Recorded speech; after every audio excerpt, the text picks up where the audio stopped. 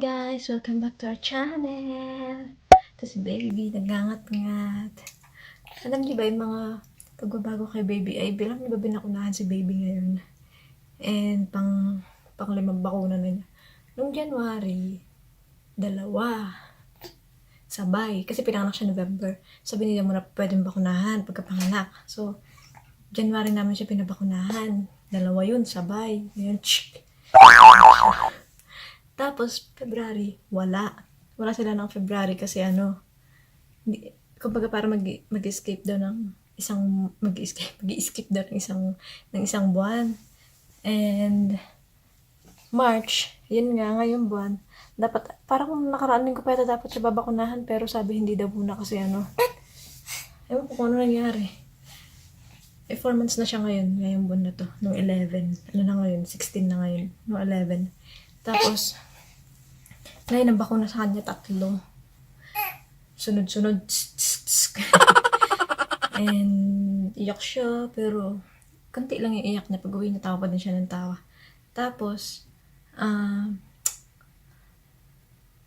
yun, sabi nila hindi daw muna dapat siya babakunahan ngayon kasi nga, di ba alam niyo na yun, hindi ko nababanggitin. Sabi kasi, dahil nga doon, hindi nga, sabi ni Mia, hindi nga gusto ko magpabakuna na siya ngayon kaysa naman lumala pa sa susunod yung mga yan. Mas lalong hindi sure kung kaya mapapakunahan. Kaya binakunahan na siya ngayon. Sabi ko, sige. Mas alam niyo ba, ang higpit-higpit sa labas. Dapat isang, kumbaga, di ba sa pamilya, isa lang dapat ang lalabas. Hindi po pwedeng 2. Kunwari ako, si Mia, at si baby. Silang 2 lang ang pwede lumabas. Kaya silang 2 yung nagpunta sa clinic. Ako hindi po pwede. Dapat daw yun lang yung lalabas. May nagbabantay dyan sa labas. Tapos pag nahuli kayo, magko-fine kayo ng 600 euros. Kaya sabi ko, sige, maiiwan na lang ako dito. Kaya silang 2 lang yung lumabas. Kanina.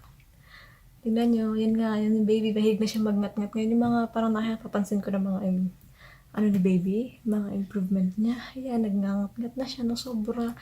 Naglalaway na siya ng sobra. Talagang lahat ng bagay, makikita niya ngangat-ngatin niya, ganun. Tapos, yun, pagka nilalaro mo siya, tawa na rin siya ng tawa. Kumbaga nakaka-appreciate na siya, ganun. Appreciate. Yun. Ay, tignan nyo naman talaga. Oh, grabe. Ay. Yan nga, ganyan siya. Laro ng laway. Tapos, yung buhok na naglalagas. Siguro normal yun, hindi ko alam. Pero naglalagas yun. Malipis na ngayon. Pinanganak yun, dami-dami yung buhok. Ganyan, wala na, konti na lang.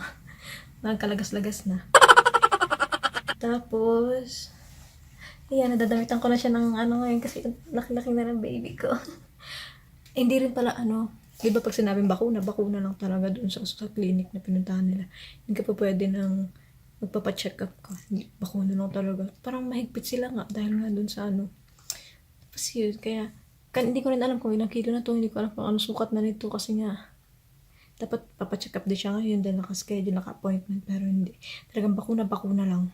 Mahigpit sila dun sa clinic. Kasi parang nga makauwi agad kasi nga baby syempre. Tapos yung pila daw magkakalayo. Tapos isa-isa lang pinapayagan pumasok sa loob kaya ganun. Tapos kakalis lang ng papa namin kaya 2 kami dito. At saka dito yung lola niya palang pasok. Kasi nga dahil dun sa alam niya na yun. Hindi ko siya binabanggit kasi nga sabi sa akin ni Mia yung nakaraan. Huwag ko daw babanggitin. Kasi hindi daw po pwede, kung parang, ewan ko kung ano mangyayari, basta hindi daw pwedeng banggitin. May upload mo siya, pero yung iba hindi yata sila mamamonetize, tas yung iba naman makaka-copyright, parang ganun. Hindi siya pwedeng banggitin. Kasi, pero alam niya na kung ano tinutukoy ko ngayon. Hindi siya pwedeng banggitin nga. Tapos may nakita ko isang YouTuber, binanggit niya, hindi daw siya na monetize dahil doon. Hindi niya naman kasi alam.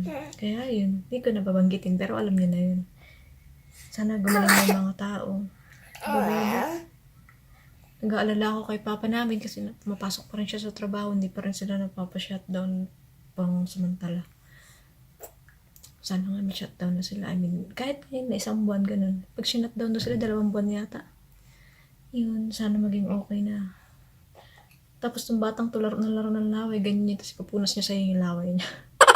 Tapos ito gusto niya rin palang umupo. Yun, isa pa yun sa mga napansin ko. Hindi siya dumadapa pero umuupo siya. Gusto niya nang umupo. Papakita ko sa yung picture. At saka may video yata siya. Gusto niya talagang umupo. Hindi na siya pagka hinigaan mo siya, kunwari kakatapos na kumain, pagka nilagyan mo ng konting unan sa likod, ay nako, tatayo na talaga, uupo na talaga siya. Tapos ayun, hindi siya marunong dumapa, pero marunong siyang umupo. Yung taba-taba ng ganito eh. Hindi ko na alam kung ano sasabihin ko. Para humaba tong video namin. Alam niyo ba, sabi sa akin ni Mihay, wala na daw laman yung mga grocery din dito, tapos yung mga tissue nagkakaubusan din. Sa ibang country din, di ba? Sa Pilipinas, hindi ko alam kasi hindi naman tayo gumagamit ng tissue toilet din, di ba? Toilet paper. Pero dito wala na, nagkakaubusan na. Buti na lang may bidet kami dito. Kasi bago ko umuwi, galing Pilipinas, bago ako pumunta dito, kasi alam ni Mihay nagtutubig ako, di ba? Syempre tayo dyan, tabo. Ang ginawa niya, pag ako pupunta dito, binigyan niya ako ng bidet. Kinabitan niya. Kaya ngayon, may tubig kami. Hindi namin masyadong kailangan yung tissue. Pero, nagkakaubusan daw. Maglalagay ako ng picture ng mga shelf, yung mga lagayan ng mga sa grocery store. Wala na talaga, sinendan niya ako ng picture. Sabi ko, bilan mo naman akong tinapay. Wala nang tinapay. Kahit ano na lang. Kahit ano wala na. Tapos sinendan niya ako ng picture. Papakita ko sa inyo. Tapos, dapat nasasama ako ngayon sa kanya. Parang sa clinic. Kaso nga hindi pinayagan, di ba? Tapos sasama ko para punta muna kami grocery din. Wala na talaga, as in wala na. Meron pa namang iba. Pero tinanong ko siya kung ilang tao pa sa labas kung madami. Sabi niya, 6 daw sila. Yung 3 daw doon nagpunta ng clinic plus siya o 4. Tapos yung 2, hindi ko alam saan nagpunta. Wala na. Ito nga, wala nang gatas eh. Wala na sa online. Tapos wala na rin. Kasi sa pharmacy lang sila nakakabili ng gatas nito. Wala na din. Isa na lang yung nakita ni Mihay. Tapos yung sanitizer nila, ganyan lang to, kaliit, 4 euros. Oo, ikaw naman. Pero okay lang, may alcohol naman kami.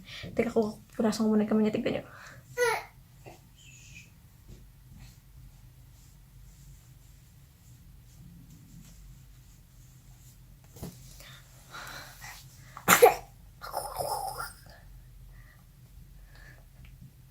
Tapos hindi ko na alam kung ano sasabihin ko dito sa video namin ni Baby. Sabi ko nga kanila, mama, mag-ano na sila, mag-stock na sila ng pagkain dyan.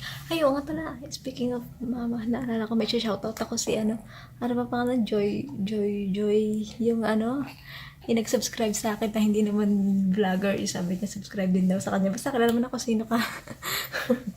Hi sa'yo. Hi, baby, say baby.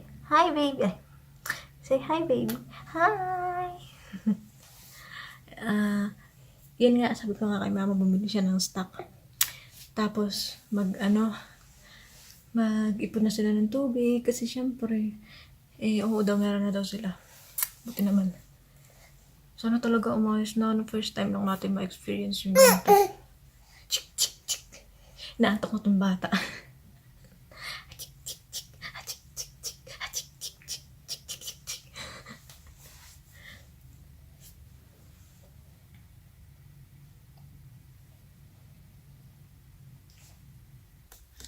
Lumipat kami dito sa higaan kasi yung bata nagwawala na.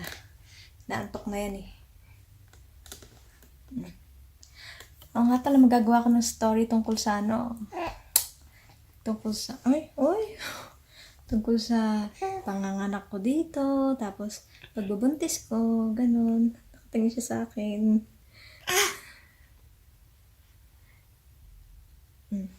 Ano yun?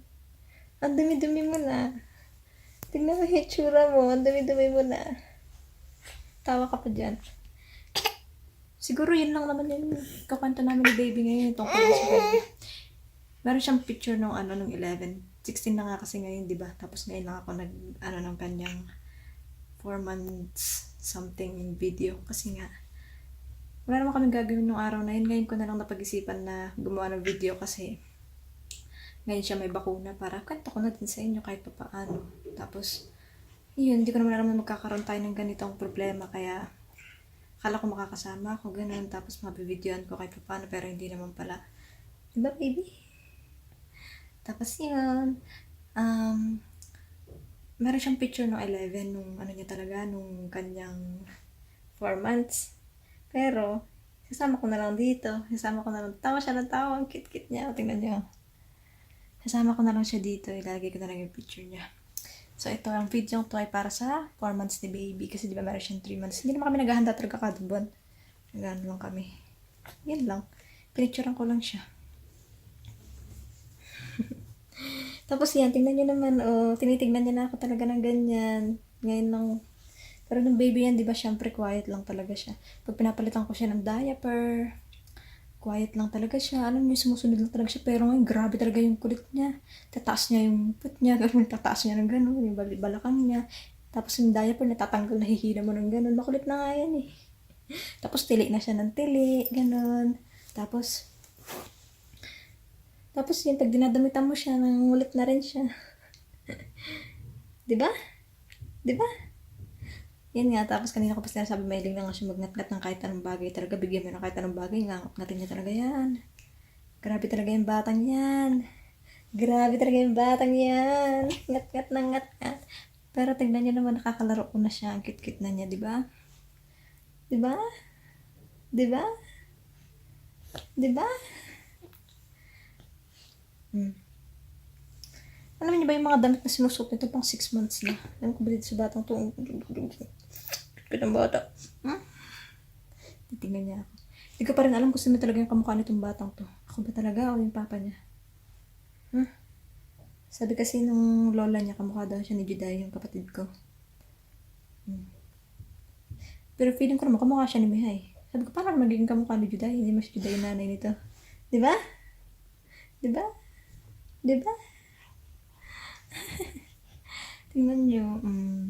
Sinasanay ko na tumutulog ng alas 8 ng gabi, alas 9.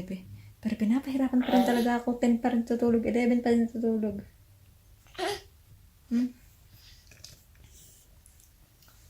Yan na. Siguro may i-upload ko tong video na to sa ano pa. Baka next week pa o next week pa kasi meron pa ako isang video na ano doon. Eh, hindi naman ako nag-upload araw-araw.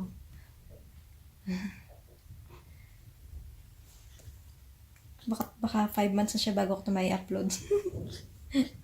Tingnan nyo, nagkakunalit, So, yun lang guys. Sana naman, magustuhan nyo yung video namin na to the baby. Sana magustuhan nyo yung video namin na to the baby. Please like and subscribe. Tapos, siguro next video, hindi ko alam kung kailan gagawa ko ng story na panganganak at saka ng pagbubuntis ko kay baby. Alam ko late na yun, pero wala lang, naisip ko lang. Tsaka kung may suggestions pa kayo dyan. See you next time. Bye-bye. Say bye-bye.